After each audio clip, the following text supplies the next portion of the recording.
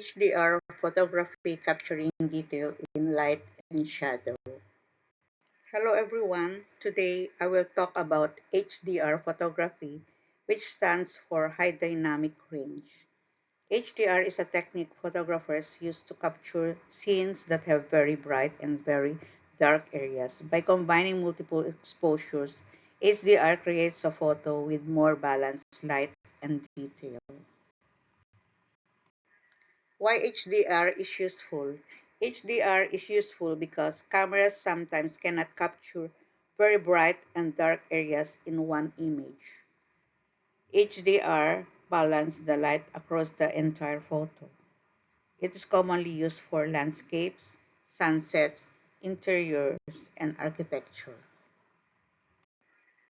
History of HDR photography.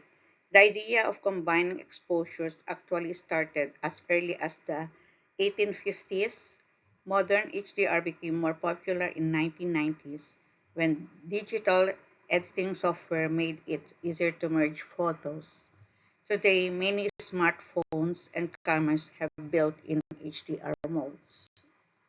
Equipment needed. To create HDR photos, photographers usually need a camera or smartphone or a tripod to keep the camera stable, and editing software like Photoshop or Lightroom. Some photographers also use a remote shutter or timer to prevent camera movement. How HDR works. HDR works by taking 3 to 5 photos of the same scene with different exposure levels. These images are then imported into editing software and merged together to create one balanced photo. Photographers known for HDR. Some photographers known for HDR photography include Trey Ratcliffe, Serge Ramelli, and Elia Lacarte.